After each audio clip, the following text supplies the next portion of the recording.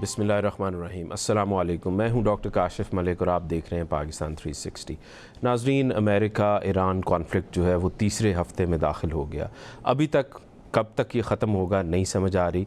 America जो है वो शॉक एंड ऑ की पॉलिसी लेते हुए बहुत मैसिवली बॉम्ब कर रहा है ईरान को, और ईरान जो है वो एसिमेट्रिक वॉर प्ले कर रहा है इनके साथ, जिसमें वो ड्रोन्स को और स्मॉल मिसाइल्स को यूज़ कर रहा है और इस वॉर को वो डिफरेंट जगह पे फैला रहा है।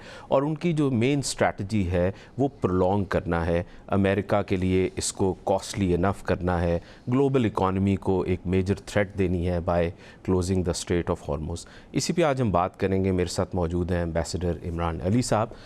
जी इमरान साहब, जो मिलिट्री बॉम्बिंग जिस तरह की गई है उसका मेन ऑब्जेक्टिव जो था वो पॉलिटिकल चेंज थी या रजीम चेंज थी, उसमें तो यूएस जो है वो बुरी तरह नाकाम रहा है, और ऑन ग्राउंड भी वो किसी तरह से भी ईरान की उस कैपेसिटी को अभी तक नहीं डेंट कर सके जिस तरह के वो अटैक कर रहा है डिफरेंट जगहों पे, और स्ट्रेट ऑफ हॉर्मुज़ को भी उसने बंद किया हुआ है।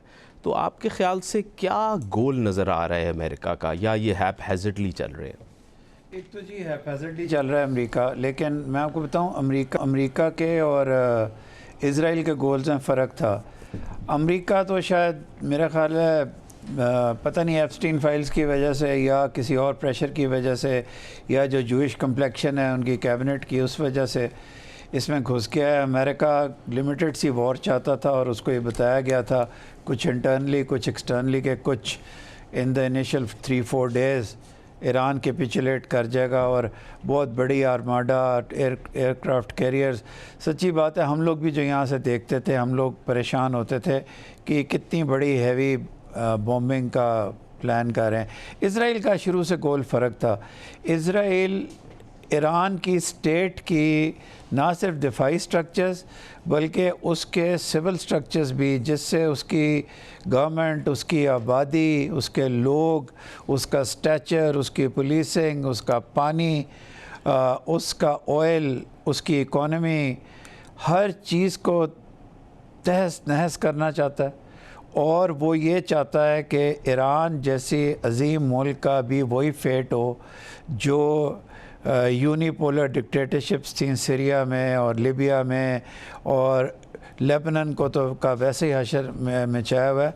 तो इज़राइल का एम ये था और ईरान ने बहुत बहादुरी के साथ ये मुकाबला किया है, लेकिन बहुत बड़ी कॉस्ट ईरान ने पे की है। आपने फरमाया ना शॉक एंड ऑ से भी ज़्यादा मैं कहूँगा एक दुनिया का इस सदी का या पिछली सदी का भी एक इमेंस क्राइम किया गया ईरान के साथ जुर्म अजीम किया गया है। कोई थ्रेट नहीं था अमेरिका को, कोई थ्रेट नहीं था इज़राइल को। ईरान सिर्फ ये कहता था कि पैलेस्टीनियंस और गाज़ा, पैलेस्टीनियंस के राइट्स और गाज़ा में ये जेनोसाइड ख़त्म हो। इवन इज़राइल को भी यूनिलैटरली कभी अटैक नहीं किया था। भाई हर एक के फैक्शंस होते हैं, हिजबुल्लाह था, हमास था, वो एक किसी कॉज के लिए लड़ रहे थे। हम लोगों ने कंफ्यूज कर दिया इस मामले को।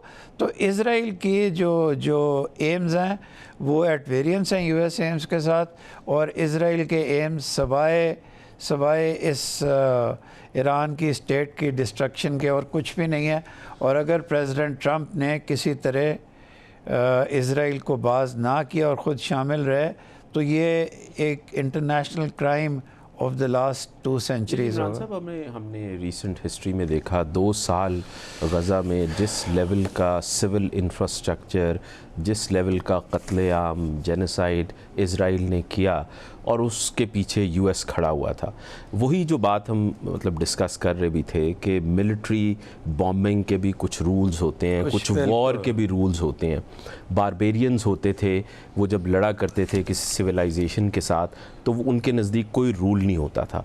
लेकिन ये क्या मसला है कि इज़राइल को देख लें या फॉर दैट मैटर यूएस को देख लें, मतलब आप जब किसी के पानी पे अटैक करेंगे, किसी के ऑयल पे अटैक करेंगे, किसी के सिविल इंफ्रास्ट्रक्चर जिसमें स्कूल्स हैं, हॉस्पिटल्स हैं, आप डेली लाइफ लोगों की डिस्टर्ब करेंगे, तो ये रूल कौन सा है जो कि मतलब ये तो रूल ऑफ जंगल है। और हमने कई अमेरिकन प्रेसिडेंट्स के मुंह से सुना था कि हमने जो इंटरनेशनल ऑर्डर बनाया था, यूनाइटेड नेशंस बनाई थी, उसका मकसद ये था कि लॉ ऑफ द जंगल की जगह रूल ऑफ लॉ होगा। लेकिन एक्चुअली ये वो लोग हैं अब जो कि लॉ ऑफ द जंगल के तहत ऑपरेट कर रहे हैं। जी बिल्कुल, ये असल में ये एक पता नहीं, मैं उसका शायद हाइफा डॉक्ट्राइन या इसराइल की एक डॉक्ट्राइन है जिसमें वो ये कहते हैं कि जिस जगह से ज़रा भी रेजिस्टेंस हो किसी भी मुल्क से, किसी भी आबादी से, आप उसके आम आवाम को इस बुरी तरह पनिश करें, इस बुरी तरह पनिश करें कि वो ख़ुद ही थक जाएं, वो उस तमाम प्रॉब्लम से थक जाएं बुरी तरह, और वो ख़ुद ही उसके अगेंस्ट हों। आज न्यूयॉर्क टाइम्स की स्टोरी थी कि हिज़्बुल्लाह को मारने के बहाने से पूरा लेबनान के 8 लाख लोगों को इन्होंने डिस्प्लेस कर दिया है, हॉस्पिटल्स को बॉम्ब किया है। देखिए, ईरान हमारे फोकस में है, लेकिन जो ये लेबनान के साथ कर रहे हैं वो भी किसी क्राइम से कम नहीं है। उनको इन्होंने डिस्प्लेस कर दिया है और वो लोग अब कहना शुरू हो गए हैं, यानी कि टायर्ड का लफ्ज़ छोटा है, वो अपनी ज़िंदगियों से तंग है, और वो आखिर में हिज़्बुल्लाह को ही कहते हैं यार कि हमें आधे ऑनर वाली ज़िंदगी जी लेने दो। तो ये भी एक एनिमलिस्टिक डॉक्ट्राइन है इसराइल की, जो इस बॉम्बिंग से जो पूरी की जा रही है। अब आप नहीं समझते अनफॉर्चुनेटली इस एनिमलिस्टिक डॉक्ट्राइन को वन वे और दी अदर जो वेस्टर्न उसके पार्टनर्स हैं वो हमेशा प्रोटेक्ट करते हैं? मतलब हम नेटो में देख लें, यूरोप में कुछ ऐसे कंट्रीज़ देख लें, या यूनाइटेड स्टेट्स को देख लें, उसमें मैं आता हूँ। लेकिन थोड़ा सा बात करते हैं कि ईरान की जो एसिमेट्रिक स्ट्रैटेजी है वॉर की, और वो कोशिश कर रहा है कि मैं इसको लंबे से लंबा करूँ। अमेरिका ने बहुत ज़्यादा क्लेम किया कि जी हम स्ट्रेट ऑफ हॉर्मुज़ में अपनी नेवी को साथ भेजेंगे और सारे जहाज़ क्रॉस करेंगे, बट ये क्लेम तो पूरे एक हफ़्ते से चल रहा है। लेकिन टू दिस डे सिर्फ वो शिप्स क्रॉस कर पा रही हैं जिनको ईरान जो है वो अलाउ कर रहा है। और अगर हम ऑयल प्राइसेस को देखें तो वो भी बढ़ रही हैं। तो आपके ख़्याल से क्या ईरान की जो ये स्ट्रैटेजी है ये किस हद तक कामयाब है? जी, अभी तक कामयाब है, और अगरचे हमारे गल्फ़ कोऑपरेशन काउंसिल के ममालिक के साथ बहुत अच्छे ताल्लुकात हैं, लेकिन ईरान का जो इनिशियल वॉर प्लान था वो ये था कि ये जंग इतनी वाइड की जाए कि पूरी दुनिया की इकॉनमी में इसके रिपल्स हों, क्योंकि उसी तरीके से ये जंग जल्दी ख़त्म होगी। उन्होंने 12 डे वॉर में देखा था, सिर्फ इसराइल को अटैक किया था तो दुनिया उनकी तरफ नहीं आई थी, बल्कि एक जनरल सी लेजिटिमेसी थी। तो उनका वाइडर वॉर का प्लान है, और जिसका फोकस अब स्ट्रेट्स ऑफ हॉर्मुज़ है।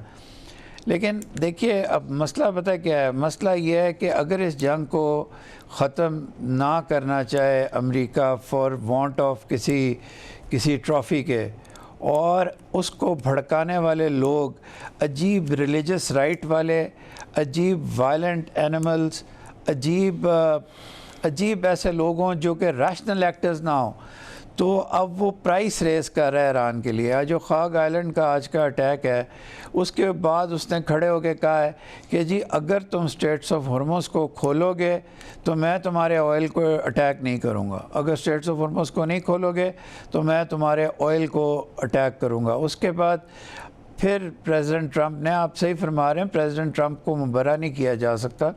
प्रेसिडेंट ट्रंप साहब ने आज सुबह फरमाया कि सेकेंड वर्ल्ड वॉर के बाद ऐसी बॉम्बिंग कहीं नहीं हुई जैसी बॉम्बिंग मैं ईरान की करूँगा। तो अब मसला ये है कि अभी तक तो एसिमेट्रिक वॉरफेयर, और एसिमेट्रिक वॉरफेयर से ज़्यादा जो स्पिरिट है इस कौम की, जो इस नेशन की, और गैरत और हमीयत और हुसैनियत से मुकाबला किया है। लेकिन अब ये लोग चूँकि स्काइज़ इनके पास हैं, और चीन और रूस वो डायरेक्ट इंटरवेंशन करने से कासिर हैं, तो इसलिए आहिस्ता आहिस्ता ये प्राइस रेज़ करेंगे। और इनके पास, मैं आपको बताऊं, आज अगर ये जंग ख़त्म ना हुई तो इनके पास आखिरी जो इनकी तीर में एनिमलिस्टिक चीज़ होगी वो ये होगी कि ज़्यादा से ज़्यादा पॉपुलेशन को सफ़र करवाएंगे, ज़्यादा से ज़्यादा को। तो इसलिए ईरान की अज़मत को सलाम, लेकिन अब दुनिया को किसी तरह बीच में कूदना पड़ेगा, और रूस और चीन स्पेशली। जी, मैं आता हूँ उस पर सीज़ फायर की तरफ भी, बट बिफोर दैट आप इमरान भाई आप समझते नहीं हैं कि ज्योग्राफी जो है और टेक्नोलॉजी, अगर टेक्नोलॉजी वॉर में बहुत इंपॉर्टेंट है तो ज्योग्राफी भी उतनी ही इम्पॉर्टेंट है, और ईरान जो है वो अपने ज्योग्राफिकल प्रेजेंस उसकी इस किस्म की है, उसका बहुत ज़्यादा फ़ायदा उठा रहा है। इस पे ज़रा कमेंट कीजिए। जी बिल्कुल, शुक्र है कि ईरान की ज्योग्राफी में माउंटेंस हैं, हाइड करने की जगह हैं, अंडरग्राउंड चीज़ें, वो सब सही है। लेकिन जो स्टेट का स्ट्रक्चर है ना, जो भी जिक्र किया, सिविल स्ट्रक्चर्स सारे, पुलिसिंग है, बाकी ये भी बड़े इम्पोर्टेंट होते हैं आबादियों के लिए। तो इसलिए बेशक ज्योग्राफी ईरान की साइड पे है, लेकिन जुल्म इज़राइल और अमेरिका की साइड पे है। जी। अच्छा, मैं थोड़ा सा आऊँगा क्या नाम है, स्ट्रेट ऑफ हॉर्मुज़ पे। स्ट्रेट ऑफ हॉर्मुज़ तो एक तरफ जो है वो ईरान ने बंद किया हुआ है, और दूसरी तरफ कहते हैं ये है कि ईरान ने अभी तक हूतीस को ग्रीन सिग्नल नहीं दिया कि वो रेड सी में भी एक्टिविटीज़ शुरू करें।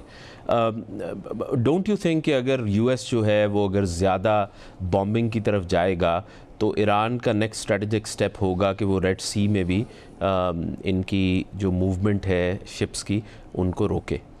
जी, आई एग्री विद यू। और अगर एस्केलेटरी लेडर पे अगर इन्होंने इस तरह किया तो फिर वो रेड सी पे करेगा, और हूतीज़ अभी तक क्वाइट हैं। आपने बहुत सही पॉइंट आउट किया, हूतीज़ भी क्वाइट हैं, और बाकी भी एसिमेट्रिक वॉरफेयर की और चीज़ें भी ईरान ने शायद ग्रेजुअली एस्केलेट करने को कहा है। ईरान ने आज ये कहा है कि अगर आइंदा हमारी ऑयल की मिशंस पे, ऑयल की इंस्टॉलेशंस पे आपने अटैक किया तो हमें पता है यूएई के अंदर आपके सोल्जर्स कहाँ छुपे हुए हैं, प्रॉबेबली होटल्स का जिक्र हो रहा है, फिर वो लेजिटिमेट टारगेट्स होंगे।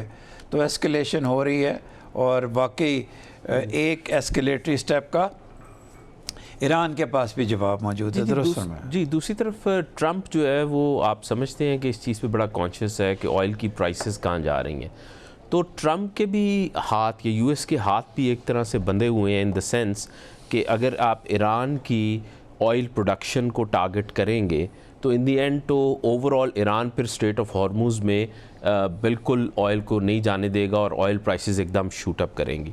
सो ट्रंप को जो एक मेन कंस्ट्रेंट है वो है backlash from his own polity के जी, यूएस के अंदर अगर ऑयल प्राइसेस बहुत ज़्यादा जाती हैं, जिस तरह अभी उसने बयान दिया तो था ऑयल प्राइसेस थोड़ी सी नीचे आई थी, बट अगेन वो खाली बयान से तो नहीं नीचे आती, वो वापस $100 से ऊपर चली गई।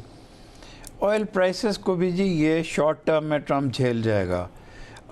अगर ये इंसानियत का फ़ैसला लेके बैक फुट पे जाता है और इसका नैरेटिव कामयाब नहीं होता तो तब भी मिड टर्म पोल्स में इसकी शिकस्त है। और अगर इसका ये सारा एक्सपेरिमेंट बैकफायर कर जाता है, असल में ऐसे लोगों का, एक्सट्रीमिस्ट लोगों का मसला ये नहीं होता कि वो अपने आप को तबाह नहीं करते, वो अपने आप को तबाह करते हैं, लेकिन उसके साथ साथ वो बहुत सारे और लोगों को भी तबाह कर देते हैं। तो दोनों सूरतों में मेरा ख्याल है ट्रंप के लिए विक्ट्री पॉसिबल नहीं है, सिवाय इसके कि वो इस हफ्ते जंग से कोई फिग लीफ लेके विड्रॉ कर जाए, और विड्रॉ करके ये कहे कि मैंने अपने तमाम एम्स पूरे कर लिए हैं, ईरान हैज़ बिन डिफैंग्ड, और विड्रॉ कर ले। जितना ज़्यादा ट्रंप इसको प्रोलॉन्ग करेगा ट्रंप के लिए बुरा। जी, अभी हमने देखा है यूएस में हाउस ऑफ रिप्रेजेंटेटिव में भी सिर्फ 4 वोट्स के फ़र्क से ट्रंप जो है उसको सपोर्ट मिली है। सिमिलरली कांग्रेस में भी अगर डेमोक्रेट्स के वो 4 लोग ना वोट देते तो कांग्रेस और हाउस ऑफ रिप्रेजेंटेटिव जो है वो ट्रंप के पीछे नहीं खड़ा था। और जो पब्लिक पोल्स हैं वो तो बहुत ज़्यादा क्लियर है कि जिसमें लोग जो हैं वो वॉर के अगेंस्ट जा रहे हैं, और वो ओपनली बात कर रहे हैं कि ये एक तो ये कि ये एप्स्टीन फाइल से ध्यान हटाने के लिए किया गया है, और दूसरा ये कि ये इज़राइल की वॉर है, यूएस की वॉर नहीं है। तो आप फिर क्या समझ रहे हैं कि ये जो ट्रेड ऑफ है जो चल रहा है कि कुछ कंस्ट्रेंट्स जो हैं वो यूएस के हैं, कुछ कंस्ट्रेंट्स जो हैं वो ईरान के हैं, तो इसमें टाइम किन के लिए इम्पोर्टेंट है, ईरान के लिए या यूएस के लिए? यूएस के पास हैं जी 2 महीने मैक्सिमम 2 महीने, उसके बाद it will start hitting him.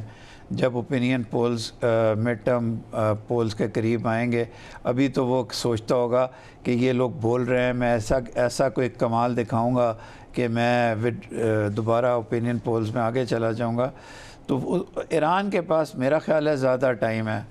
Iran की तरफ मुझे सिर्फ तशवीश इस बात की होती है कि मेरा एक बरादर इस्लामी मुल्क है, प्रिंसिपली राइट है, और मैं एक इंसान होने के नाते ईरान में सिविल डिस्ट्रक्शन और इवन उसकी दिफा की डिस्ट्रक्शन नहीं देख सकता। वो पूरी इस्लामी दुनिया, इस्लामी उम्मत के लिए ईरान उन मजबूर फ़लस्तीनियों का साथ दे रहा है। इसलिए मुझे हर बम जो ईरान पे गिरता है, ईरानियन लोग बहुत बहादुर हैं, लेकिन मेरा दिल करता है कि ये जंग जल्दी ख़त्म हो जाए। जी जी, अच्छा, हम सीज़ फायर की तरफ आते हैं इमरान साहब।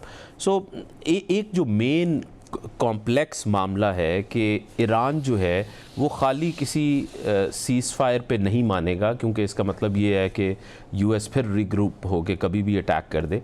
तो ईरान जो है वो किसी न किसी इंटरनेशनल गारंटर की बात करेगा कि एक प्रॉपर गारंटी दी जाए कि ये दोबारा अटैक नहीं करेंगे। और सेकेंडली जो जीसीसी ग्रुप है, कंट्रीज़ हैं हमारे, वो भी अगर एक शॉर्ट टर्म सीज़ फायर होता है तो जीसीसी कंट्रीज़ की इकॉनमी तो फिर भी नहीं रिवाइव करेगी। उसकी वजह ये है कि लोगों को तो फिर भी ख़तरा होगा कि कभी भी जंग दोबारा छिड़ सकती है। तो ये आप समझते हैं कि रशिया और चाइना जो है वो किसी तरह से कोई सीज़ फायर की डील में गारंटर बन के आ सकते हैं या मुश्किल है? जी, इस वक्त तक मुश्किल लग रहा है, लेकिन पिछले हफ्ते में कुछ बेहतरी हुई है। रूस ने एक रेजोल्यूशन यूएन में मूव किया है। चीन भी उस रेजोल्यूशन को सपोर्ट करता था जो ईरान में अटैक को कंडेम करता है, और चाइना ने बैक चैनल से अमेरिका के साथ बात करना शुरू की है। रूस तो शायद पहले ही कर रहा है। तो वो दोनों अब सामने आ गए हैं। गारंटर्स में गारंटी जीसीसी की प्लस पाकिस्तान, यानी कि जो 8 ममालिक हैं जो गाज़ा में गारंटर्स हैं, मुस्लिम वर्ल्ड के या पार्टिसिपेंट्स हैं, उनकी गारंटी, उनका होना, और उनका ज़्यादा इम्पोर्टेंट ये है कि जीसीसी और पाकिस्तान अमेरिका से बात करे और बताए कि पूरी दुनिया, इवन पाकिस्तान तेल की इन कीमतों का मुतहम्मिल नहीं हो सकता। जी जी, हमें ज्वाइन किया है एयर कमोडोर खालिद चिश्ती साहब ने। जी, अस्सलाम वालेकुम खालिद साहब। जी वालेकुम जी, कैसे हैं आप? खैरियत से? जी, थैंक यू फॉर। अच्छा खालिद साहब, हम बात कर रहे थे एसिमेट्रिक वॉरफेयर की और यूएस की जो मिलिट्री स्ट्रैटेजी थी अगेंस्ट ईरान, और वो रजीम चेंज में कोई इतनी खातिर खा कामयाब तो नहीं हुई है। आपके ख़्याल से क्या ईरान की जो पॉलिसी है वो है कि ये जंग जो है वो तूल पकड़े और ये अमेरिका को पॉलिटिकली और इकोनॉमिकली थकाए? जी, बहुत शुक्रिया डॉक्टर साहब, आपने इनवाइट किया। देखिए, ईरान की तो शायद इस तरह एक्सपेक्टेशन ना हो कि वो जंग को प्रोलॉन्ग करे, लेकिन जो बाकी बड़ी बड़ी पावर्स हैं उन पर हम बात कर सकते हैं। चाइना है, रूस है, वो ज़रूर चाहेंगे कि अमेरिका इधर प्रोलॉन्ग इंगेज रहे। और ज़ाहिर है उसकी ना सिर्फ मिलिटरीली उसकी डिप्लीशन हो, उसके हार्डवेयर की डिप्लीशन हो, इकोनॉमी ज़ाहिर इफेक्ट करे, और तेल की प्राइसेस तो हम सब देख ही रहे हैं। तो आई थिंक ये मल्टी प्रॉन्ग ऑप्शन है। ईरान का तो ज़ाहिर है एक रिजिलियंस या रेजिस्टेंस उसके पास ऑप्शन ही कोई नहीं। अमेरिका ने तो लोगों को जंग जीत कर दिखानी है, कोई वॉर ट्रॉफी दिखानी है, कोई मकसद, चाहे वो रोज़ाना की बुनियाद पर अपना टारगेट बदल देते हैं, अपना जो फोर्स गोल है वो बदल देते हैं, टेक होम ट्रॉफी का रन बदल देते हैं रोज़ाना कि हमने फुट ऑन ग्राउंड करना है, रजीम चेंज करनी है, नेवी और एयरफोर्स को तबाह करना है, या न्यूक्लियर को उठाना है, या एनरिचमेंट सिर्फ हमने कमांडो ऑपरेशन करके उठा के ले जाना है। इनको तो अभी तक की क्लियर ही नहीं है कि उन्होंने करना क्या। तो लेकिन बाय डिफ़ॉल्ट ये हो गया है कि ईरान ने जो रेजिलियंस दिखाई है वो बड़ी सरप्राइजिंग है बहुत सारी दुनिया के लिए। जब वो दिखाई है तो अब रूस और चीन की ज़ाहिर है ये इंटरेस्ट है, अपार्ट फ्रॉम जियो स्ट्रेटजी की, ये एंगेज रहे अमेरिका, इधर डिप्रेशन हो उसकी। ऑन टॉप ऑफ दैट रूस को फायदा बहुत हो रहा है। देखिए, रूस अब तकरीबन 24-25 जो डॉलर का उसका ऑयल था वो तकरीबन $52 पर पहुंच गया पर बैरल। तो इतना ज्यादा प्रॉफिटेबिलिटी के सेंस में भी हो गया। दूसरा, अब रूस ने कहना शुरू किया है कि वो कैश पर तेल बेचेगा, जिसका मतलब है कि उसको चाहिए तेल कैश बेचने के बाद जो उसको रेवेन्यू आएगा वो बुनियादी तौर पर जंग पे लगाना चाहता है। रूस एक और वजह से भी पॉजिटिव या खुश कह लें खुश अगर सख्त लफ्ज नहीं है तो वो इसलिए खुश है कि तमाम का तमाम जो मिलिट्री हार्डवेयर वेस्ट का, यूरोप का, अमेरिका का, यूक्रेन में इस्तेमाल हो रहा था और लाया जा रहा था धड़ाधड़ पीछे से, वो डाइवर्ट होकर मिडल ईस्ट में चला गया। तो रूस को तो जंग लड़ना भी रिलेटिवली आसान हो गया है। ऑन टॉप ऑफ दैट, जैसे मैंने कहा, economy, on top of that oil की कीमत, तो उसको तो बेनिफिट्स ही हो रहे हैं। चीन के भी डेफिनेटली बेनिफिट्स हैं, जिसकी वजह से ये प्रोलॉन्ग होती जा रही है। चीन के ये बेनिफिट्स हैं कि वो भी चाहता है कि डिप्लीट हो जो अमेरिका की इकोनॉमी है। मिलिटरीली जाहिर है सबसे ज्यादा मुल्क अभी स्ट्रॉन्ग सब अमेरिका ही है, और जो भरम टूटा है सो कॉल्ड पैट्रियट और दूसरे मिसाइलों का, तो चीन भी चाहेगा कि वो डिप्लीट भी करे। और वन पॉइंट एक और है, ऑयल उसने जो चाइना से खरीदा था वो तो कंटिन्यू है, क्योंकि almost 1.38 billion barrel per day वो ईरान से लेता है, जो ईरान का 80% एक्सपोर्ट है, और चाइना की रिक्वायरमेंट सिर्फ 13% पूरी करता है, 13%, बिकॉज वो तकरीबन 10 मिलियन बैरल रोजाना चीन की जरूरत है। तो उसका ईरान बहुत कम पूरा करता है, लेकिन ईरान के लिए बहुत बड़ा बेनिफिट है कि उसकी सप्लाई अभी तक कंटिन्यू है। तो आखिरी पॉइंट इसके ऊपर यह है कि चीन की एक और इंटरेस्ट भी है कि कल को अगर उसको मिलिट्री एक्शन इसी तरीके का ताइवान पे करना पड़ता है तो वो भी मॉरल ग्राउंड हाई हो जाएगा। उसके पास एक एग्जांपल सेट पहले वेनेजुएला की हो गई, अब ईरान की हो जाएगी। तो आई थिंक ये कॉन्फ्लिक्टिंग या क्लैश ऑफ इंटरेस्ट बहुत ज्यादा हो गया, जिसकी वजह से प्लान हो जी जी जी मैं इमरान साहब के पास आऊँगा। जी इमरान साहब, एक जो बात की जा रही है, CNN ने स्पेशली उस पर बात की कि जी रशिया और चाइना जो है वो ईरान को असिस्ट कर रहे हैं, तो आपके ख्याल से क्या वाकई ये कोई कोवर्ट किस्म की असिस्टेंस जारी है? हाँ जी है, इस किस्म की है कि उनकी सैटेलाइट टारगेटिंग में उनकी मदद कर रहे हैं दोनों, रूस और चीन। में भी उन्होंने मिसाइल टेक्नोलॉजी में उनको असिस्ट किया हो, शायद स्पेयर पार्ट्स में असिस्ट किया हो, लेकिन दैट्स इट। इसके बियॉन्ड नहीं। तो मेरा ख्याल है इसी, और diplomatic of course, diplomatic in specially New York और बैक चैनल से। तो ये 3 लेवल्स ऑफ असिस्टेंस है मेरे ख्याल में। जिस तरह सर खालिद अभी कह रहे थे कि ये उनको भी ब्लीडिंग अमेरिका के इंटरेस्ट्स हैं दोनों को। तो आई होप कि वो ब्लीडिंग अमेरिका से ज़्यादा एक सॉवरेन नेशन की सॉवरेंटी में ज़्यादा इंटरेस्ट लें, उसके लोगों की वेलफेयर में ज़्यादा इंटरेस्ट लें और सामने आएँ। जी जी। अच्छा, रिसेंटली जो एक बड़ा स्ट्रेटेजिक शिफ्ट इन्होंने लिया, जो कि GPS था, जो ग्लोबल पोजीशनिंग सिस्टम होता है, वो US से उठ के चाइना पे चला गया। ये तो उस लिहाज से काफ़ी सक्सेसफुल साबित हुआ ईरान के लिए, क्योंकि ईरान के बहुत ज़्यादा टारगेट्स जो थे वो बिल्कुल पॉइंट पे थे। हाँ जी बिल्कुल। और इट ऑल्सो शोज़ यू कि अमेरिका को भी डिफेंसिव स्ट्रेटजी, सिर्फ ऑफेंस नहीं बल्कि डिफेंस में भी स्ट्रेटजी बनानी पड़ रही है, चीज़ें हटानी पड़ रही हैं। एक ख़बर ये भी है कि उनका अब्राहम लिंकन जो है वो भी बहुत दूर चला गया। I think it was hit once, सामने तो नहीं आया, लेकिन उसकी आग लगी हुई उसके एक पोर्शन को तस्वीरें हमारे पास चाइनीज़ सोर्सेज से पहुंची थी। तो देयरफॉर आई थिंक इस फॉग ऑफ वॉर में ऐसा भी बहुत कुछ हो रहा है काशिफ साहब जो हमें नज़र नहीं आ रहा, और दोनों तरफ की नैरेटिव्स की जंग भी बड़ी सख्त चली हुई है।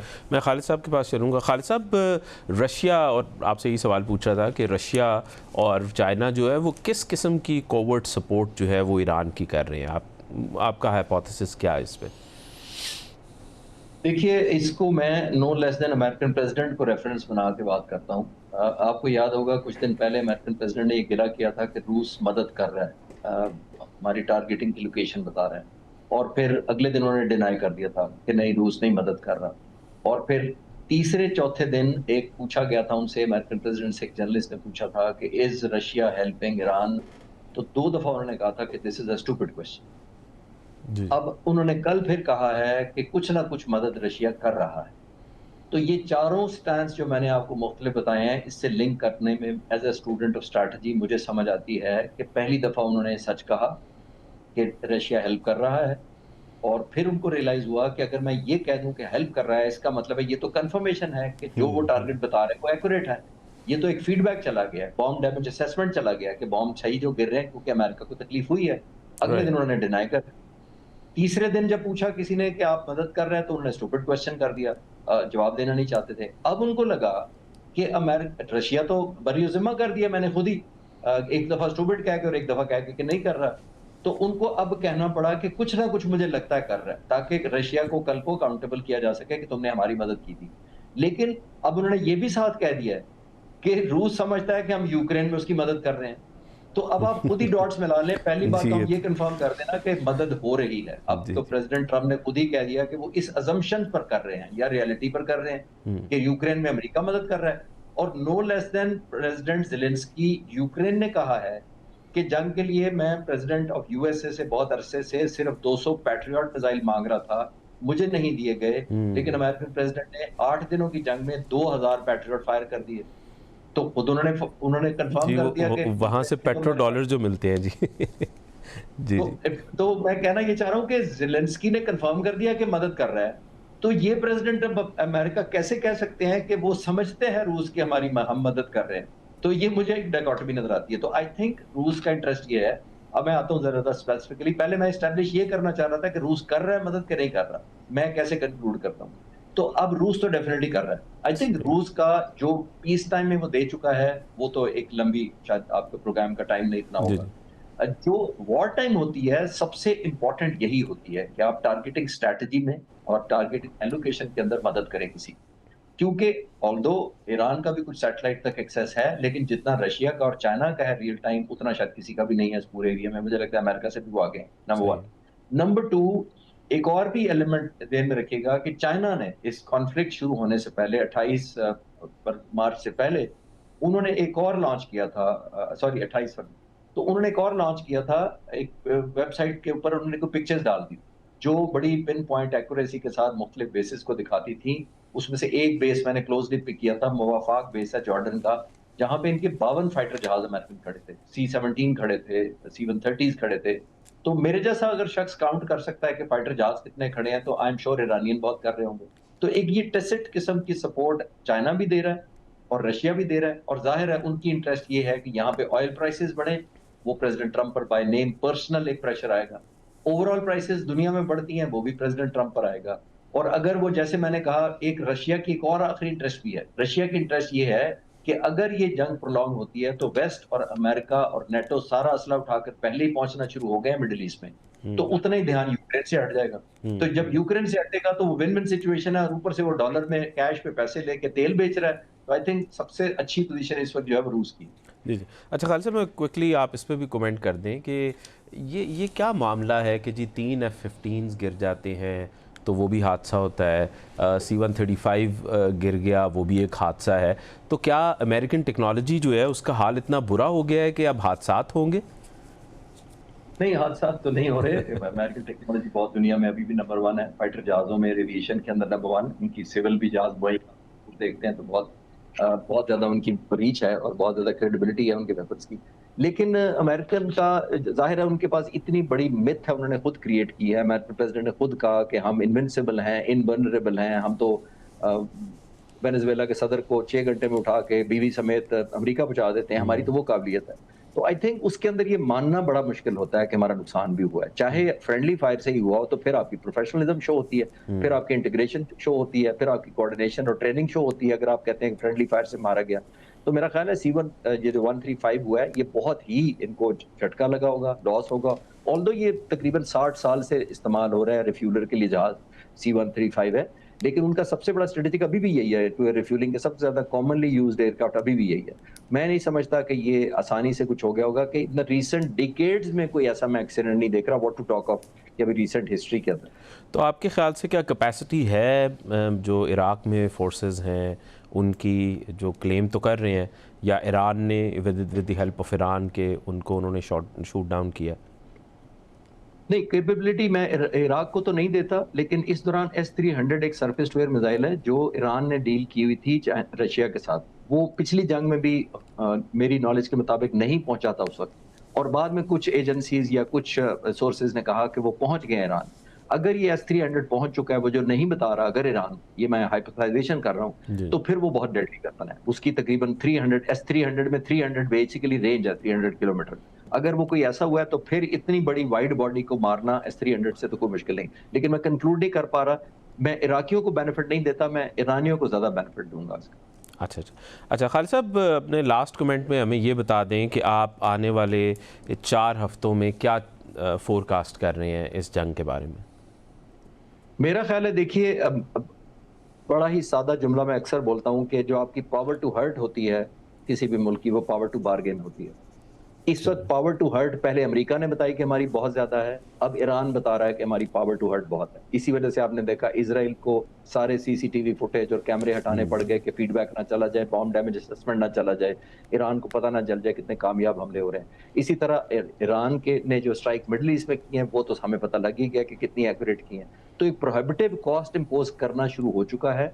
वही आपको कॉन्फिडेंस देता है, मैंने कहा पोजीशन टू बार्गेन देता है या पावर टू बार्गेन देता है। वही लीड किया है जो 3 उन्होंने शराइत मुज्तबा खामनाई ने पेश की हैं, वो उसी का मैं रिफ्लेक्शन देख रहा हूं उनकी कामयाबियों का, कि वो समझते हैं हम सीरीज हमने कामयाबियों की हासिल की है तो हमारी पावर टू हर्ट बढ़ गई है, जिसकी वजह से हमारी पावर टू बार्गेन बढ़ गई है। तो अब वो पावर टू बार्गेन को कन्वर्ट करना चाहते हैं मेरी नज़र में, जो वो किया है। और जाहिर है उनको प्रोलॉन्ग करने में इतना लग नहीं रहा, बिकॉज अमेरिका ऑलमोस्ट बेबस नजर आता है टारगेटिंग स्ट्रैटेजी के पॉइंट से। जी जी, thank you very much Khalid साहब फॉर जॉइनिंग द प्रोग्राम। नाज़रीन, हमें लेना है ब्रेक और हम वापस आते हैं।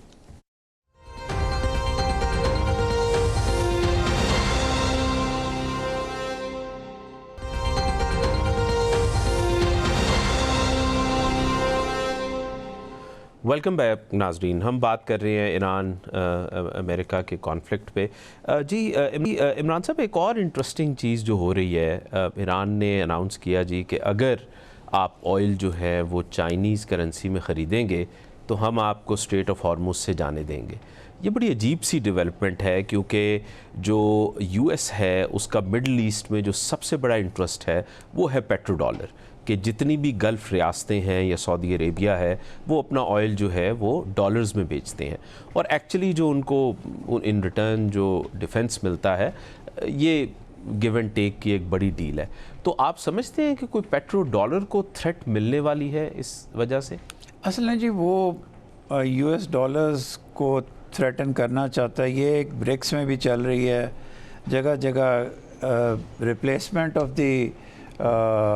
of the US currency with Chinese or with any other currency, ये एक इशू चल रहा है। So I think it is all, ये भी एक अटेम्प्ट है अमेरिकन करेंसी को हर्ट करने की, कि उनको चाइनीज़ करेंसी में पे किया जाए। It's an attempt. सारी दुनिया स्ट्रेट्स ऑफ हॉर्मुज़ से अपना ऑयल ले जाना चाहती है सारी। अब देख लीजिए आपके वो भी अगर वो चाइनीज़ करेंसी में पे होता है तो it will again hurt the US dollar, क्योंकि ये बड़ी सिग्निफिकेंट डेवलपमेंट हो रही है। और विज़ के जो अभी खालिद साहब जिक्र कर रहे थे कि अगर $52 पे रशिया जो है वो अपना ऑयल बेच रहा है, और अगर वो कैश पे बेच रहा है और वो भी अगर डॉलर से दूर चला जाता है तो ये एक सिग्निफिकेंट डेंट होगा। और इसमें एक और एडिशनल चीज़ ये है कि यूएस ने इंडिया को अलाउ कर दिया है कि आप ले रहे रशिया से ऑयल। तो आप नहीं समझते कि ये एक बहुत बड़ा सिग्नल है कि यूएस कितना अंडर प्रेशर है कि ऑयल की प्राइसेस जो हैं वो ज़्यादा इंक्रीज़ ना करें? बहुत अंडर प्रेशर है। और दुनिया की तो फ़िक्र एक तरफ होगी, फ्रेंडली कंट्रीज़ की फ़िक्र एक तरफ होगी, यूरोप की। यूएस अपना प्लैंक था प्रेसिडेंट ट्रंप की इलेक्शन कैंपेन का, कि वो आवाम को फ़ायदा करना चाहते हैं और डोमेस्टिक इश्यूज़ पे करना चाहते हैं, बाहर की जंगों में इंटेंगल नहीं होंगे, सारा कुछ इंटरनल रखेंगे। तो अपनी बेवकूफ़ियों से और प्रेजुडिसेस से वो contrary to what he has promised the American people, he has involved himself into this। और बहुत ज़्यादा अमेरिका से 2-3 प्रोग्राम से मैंने देखा, शायद आपके प्रोग्राम में भी डिस्कशन हो रही थी कि वहाँ लोग अब बहुत परेशान हैं और किसी सूरत में प्रेसिडेंट ट्रंप मिड टर्म्स में हारना पसंद नहीं करेंगे, क्योंकि उसके बाद फिर उनके अगले 2 साल जो हैं वो बिल्कुल कंस्ट्रक्ट हो जाएंगे और बुरा हाल हो जाएगा। अच्छा, हम थोड़ा सा जीसीसी की भी इकॉनमीज़ पे आते हैं। एक मेजर डेंट जो है वो हमें नज़र आ रहा है, क्योंकि बहुत ज़्यादा जो इन्वेस्टमेंट्स कमिट हुई हैं वो रियल इस्टेट में हुई हैं, टूरिज़म में हुई हैं, और उनकी जो एनुअल टूरिज़म इकॉनमी है जीसीसी की, वो कुछ $350 अरब से भी बड़ी है। आप क्या समझते हैं कि ये किस तरह जो है सेटल होने जा रहा है, क्योंकि जीसीसी कंट्रीज़ जो हैं वो तो बहुत बुरी तरह ब्लीड कर रहे हैं अभी। देखिए, जीसीसी कंट्रीज़ के पास, और मैं सिर्फ थ्योरेटिकली वॉर गेमिंग की बात कर रहा हूँ, दो उनकी एस्पिरेशंस होंगी। एक तो ये होगी कि अमेरिका इस जंग से पीछे हट जाए उनके कहने पे, और एक एडिफिस जो अमेरिका की पावर से खड़ा हुआ है पूरे मिडल ईस्ट में, वो कायम रहे। उनकी अपनी इकोनॉमीज़ का जो कंस्ट्रक्ट है, सऊदी अरेबिया तो चलें पाकिस्तान से डिफेंस असिस्टेंस मांग रहा है, तो एक तो वो ये चाहेंगे कि America should see some sense. दूसरा, पैराडॉक्सिकली और सिकनिंगली उनके अंदर ये डिज़ायर भी होगी कि ईरान किसी तरह रुक जाए या ईरान सरेंडर कबूल कर ले। वो ये भूल जाते हैं कि Iran will never accept any surrender, वो अपनी एग्जिस्टेंस की जंग लड़ रहा है। लेकिन अभी एक ख़त गया था जो बड़ा मशहूर हुआ, आपके प्रोग्राम में भी डिस्कस हुआ होगा, from a businessman probably, billionaire जो है। हाँ जी, और उन्होंने एक्चुअली जो सेंटिमेंट्स हैं गल्फ़ जीसीसी कंट्रीज़ के, वो बताएं कि यार आपने ये जंग कैसे शुरू कर दी। जिस बुनियाद पे हमारे मुल्क खड़े हुए हैं, जिस सिस्टम के ऊपर हमारे मुल्क खड़े हुए हैं, आपने तो उनको हिला दिया। उसके बाद वो हटा लिया गया, प्रेशर आया। अब ये वक्त आ गया कि जीसीसी प्रेशर एक्सेप्ट ना करे, it should accept the world as it is, और वो सब मिलके और पाकिस्तान के साथ मिलके सिर्फ ईरान पे बहस ना करें, बल्कि वो अब they are very close to the US. जी, वो बात तो ठीक है इमरान साहब, लेकिन देखें एक बड़ा मसला मिडल ईस्ट में अभी से नहीं, 1948 से, जब से स्टेट ऑफ इज़राइल क्रिएट की गई है, ये एक सॉर्ट ऑफ एक मिराज है फॉर दी जीसीसी या अरब कंट्रीज़ कि यूएस जो है वो उनके साथ खड़ा है, जहाँ पे इट्स अगेन पैराडॉक्सिकल, क्योंकि जब असल इंटरेस्ट की बात आती है तो यूएस जो है वो साइड करता है इज़राइल के साथ। और इस वॉर में भी कुछ जीसीसी कंट्रीज़ की तरफ से ये वॉइस जो है बड़ी रेज़ की गई है कि दे फेल्ट बिट्रेड, कि उनके साथ एक किस्म का धोखा हुआ है कि जी यूएस को जिस लेवल पे आके डिफेंड करना चाहिए था, सपोर्ट करना चाहिए था, वो नहीं किया गया। और इसको अगर हम विज़ देखें जो कि इज़राइल का ग्रेटर इज़राइल का प्लान है, तो आप कहाँ मतलब आने वाले दिनों में आप समझते हैं कि जीसीसी कंट्रीज़ ये कह सकते हैं कि जी we are done with US, हम अपनी सिक्योरिटी को किसी थर्ड कंट्री से देखेंगे या ख़ुद देखेंगे, आपसे नहीं देखेंगे? नहीं, वो डन विद यूएस नहीं करेंगे, वो डाइवर्सिफाई करेंगे, जिस तरह सऊदी अरेबिया ने पाकिस्तान के साथ डाइवर्सिफाई किया है, अमेरिका के साथ भी अच्छे ताल्लुकात हैं। डन विद यूएस नहीं होगा, दरमियान में रहेंगे, लेकिन टोटल रिलायंस ऑन यूएस ख़त्म कर लेंगे। और वो मैं सिर्फ ये कह रहा हूँ कि यूएस से रिलायबिलिटी ख़त्म ना करें, लेकिन यूएस से अब वो ये बात करें कि ये जंग जो है इसको with a plume on its head, यानी कि एक इज़्ज़त के साथ अमेरिका इसको ख़त्म करे। ये नहीं कि एज सम के किसी डिफीट के एलिमेंट से कहे कि जी we have accepted our aims, और इस जंग से पुल बैक करे। क्योंकि आप सही फरमा रहे हैं, जितनी ये जंग लंबी होगी उतना ये जीसीसी का जो एडिफिस है, स्टेटहुड का, इकोनॉमी का, फाइनेंस का, सर्विसेज सेक्टर का, ये प्रॉब्लम में जाएगा। जी इमरान साहब, हम तो बहुत ज़्यादा कंसर्न है ऑयल प्राइसेस की वजह से, लेकिन खाली ऑयल प्राइसेस का मसला नहीं है, कमोडिटी प्राइसेस का बहुत बड़ा मसला है। 43% जो यूरिया जो है वो स्ट्रेट ऑफ हॉर्मुज़ से गुज़रता है, और यूरिया की प्राइस बढ़ने का मतलब ये है कि जितनी भी ज़राअत से रिलेटेड एग्रीकल्चर प्रोडक्ट्स हैं वो महंगे हो जाएंगे। तो एक बहुत बड़ा शॉक जो है वो दुनिया को कमोडिटी प्राइसेस में भी लगेगा अगर स्ट्रेट ऑफ हॉर्मुज़ पे ये चीज़ें नॉर्मलाइज नहीं होती हैं। बिल्कुल जी, बिल्कुल। अभी शुरू में सबसे पहले ऑयल का शौक है, ये कल परसों से कमोडिटी प्राइसेस का, और आपने दुरुस्त फरमाया एग्रीकल्चर का। एग्रीकल्चर इज़ फूड, और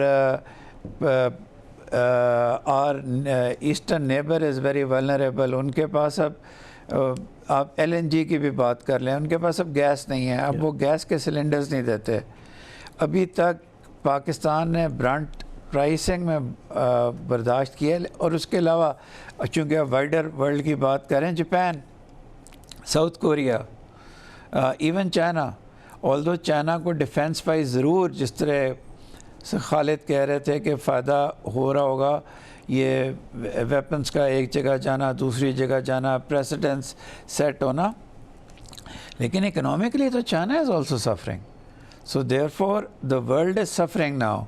अब सबको बैठ के ये फ़ैसला करना है कि किन टर्म्स पे इस जंग को ख़त्म करना है, अगर अकल आ गई हो तो। जी, बस लास्ट कमेंट आपसे ये चाहूँगा, आई मीन ट्रंप जैसे प्रेसिडेंट के लिए, जिसने कि मेरा ये ख्याल है, आई मीन किस हद तक सोच के ये वॉर शुरू की, और now sort of they are entangled in this war, तो आप समझते हैं कि दूसरी पावर्स आएंगी तो इज़राइल जो है वो किस हद तक गिवन करेगा कि ये मामला जो है वो सेटल हो सके? देखिए, अगर कभी भी दुनिया सीरियसली इज़राइल से बात करे तो इज़राइल के पास भी सारे कार्ड्स नहीं हैं। इज़राइल भी सफ़र कर रहा है, इज़राइल के ऊपर पहली दफ़ा प्रॉपर बम्बार्डमेंट उनकी सिटीज़ के ऊपर अब हो रही है, जो ईरान कर रहा है। तो इसलिए ये इज़राइल को भी, इज़राइल में अक्ल या इस सहूनी रियासत में पीछे जाने का कोई जज्बा नहीं है। The world must now tell, और यूरोप का भी, लेकिन सबसे ज़्यादा रूस और चीन के कुछ रवाबित रहे हैं पहले इज़राइल के साथ। अब इन दोनों ममालिक का और दुनिया को ये स्टैंड लेना पड़ेगा कि हम इज़राइल की खातिर दुनिया को डिस्टेबलाइज़ नहीं करेंगे। पता है आपको, ऑल्दो नेगेटिव चीज़ें ज़्यादा हैं, लेकिन आइंदा अगर ईरान पे हमला होगा तो अब लोगों को ये पता होगा कि दुनिया एक वाइडर इकोनॉमिक डाउनटर्न में चली जाएगी।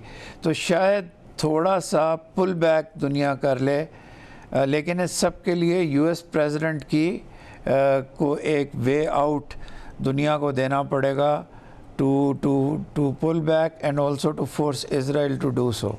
जी, बहुत शुक्रिया इमरान साहब फॉर जॉइनिंग।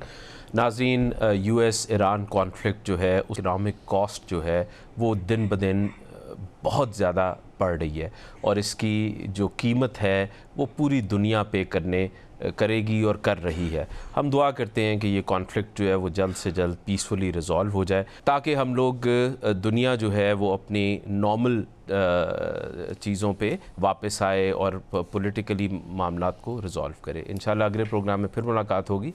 अल्लाह हाफ़िज़।